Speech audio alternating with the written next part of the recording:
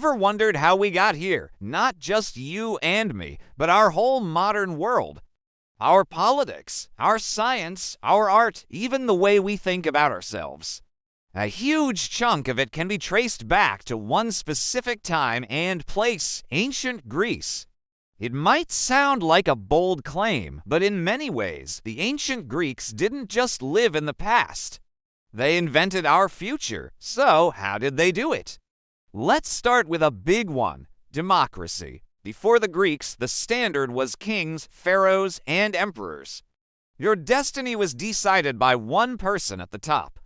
But in Athens, they tried a radical experiment.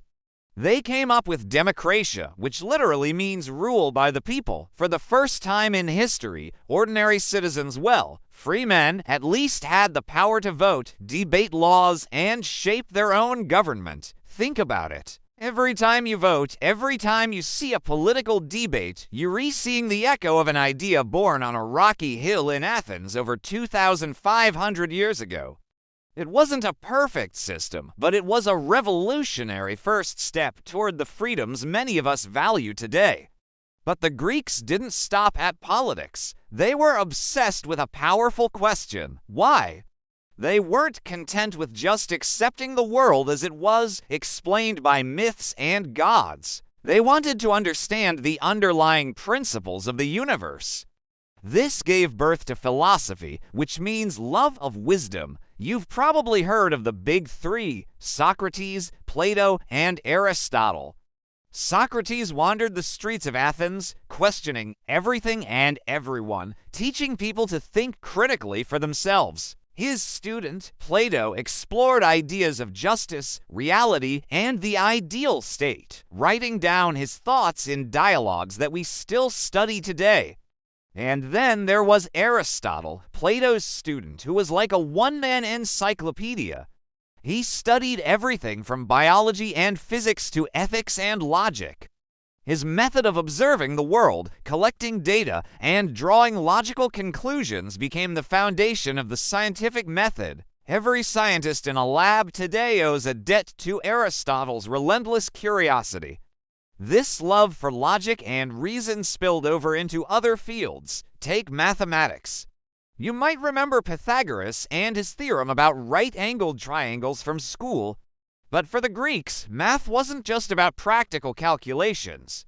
It was a way to understand the hidden harmony of the cosmos. They believed that numbers were the language of the universe. Then there was Euclid, whose book Elements was the go-to geometry textbook for over 2,000 years. The logical, step-by-step proofs he laid out taught the world how to think with rigor and precision, a skill that's crucial not just in math, but in computer programming, engineering, and so many other modern fields. And what about the stories we tell? The Greeks practically wrote the rule book for Western literature and drama. They invented tragedy and comedy. Playwrights like Sophocles and Euripides wrote powerful tragedies like Oedipus Rex and Medea. These weren't just simple stories. They were deep explorations of human nature, fate, and morality. They asked tough questions about suffering and justice that we are still grappling with. On the flip side, Aristophanes wrote hilarious comedies that poked fun at politicians and social trends, proving that political satire is nothing new. Every time you watch a gripping drama or a laugh-out-loud comedy, you're experiencing a form of storytelling perfected in the open-air theaters of ancient Greece.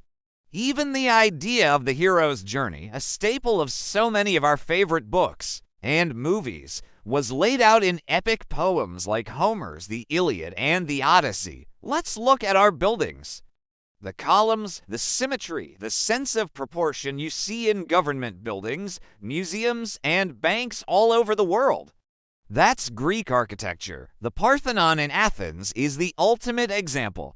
It's a masterpiece of mathematical precision and aesthetic beauty. The Greeks believed in the golden ratio, a mathematical proportion that they thought was inherently pleasing to the eye. They applied this to their temples and sculptures, creating a sense of balance and harmony that we still find beautiful. They set a standard for beauty that has influenced artists and architects for centuries. When they sculpted the human form, they didn't just carve stone. They celebrated the ideal human body full of potential and grace. The Greeks also revolutionized how we think about health and the human body. Before Hippocrates, sickness was often seen as a punishment from the gods. But Hippocrates and his followers took a different approach. They believed that diseases had natural causes and could be understood and treated through observation and reason. They cataloged symptoms, studied how illnesses progressed, and developed theories about diet and lifestyle. The Hippocratic Oath, a pledge of ethics taken by doctors, is a direct legacy of this new, scientific approach to medicine. The idea that a doctor's primary duty is to the patient and to do no harm comes straight from ancient Greece. They even gave us the Olympics. The original Olympic Games, held in honor of the god Zeus, were more than just an athletic contest. They were a cultural event that brought the scattered Greek city-states together. During the Games, a truce was declared, allowing athletes and spectators to travel safely. It was a celebration of the human body, of competition, and of a shared Greek identity. The modern Olympics, revived in the late 19th century, carries on that spirit of bringing the world together through peaceful competition. So, when you look around, the Greek influence is everywhere.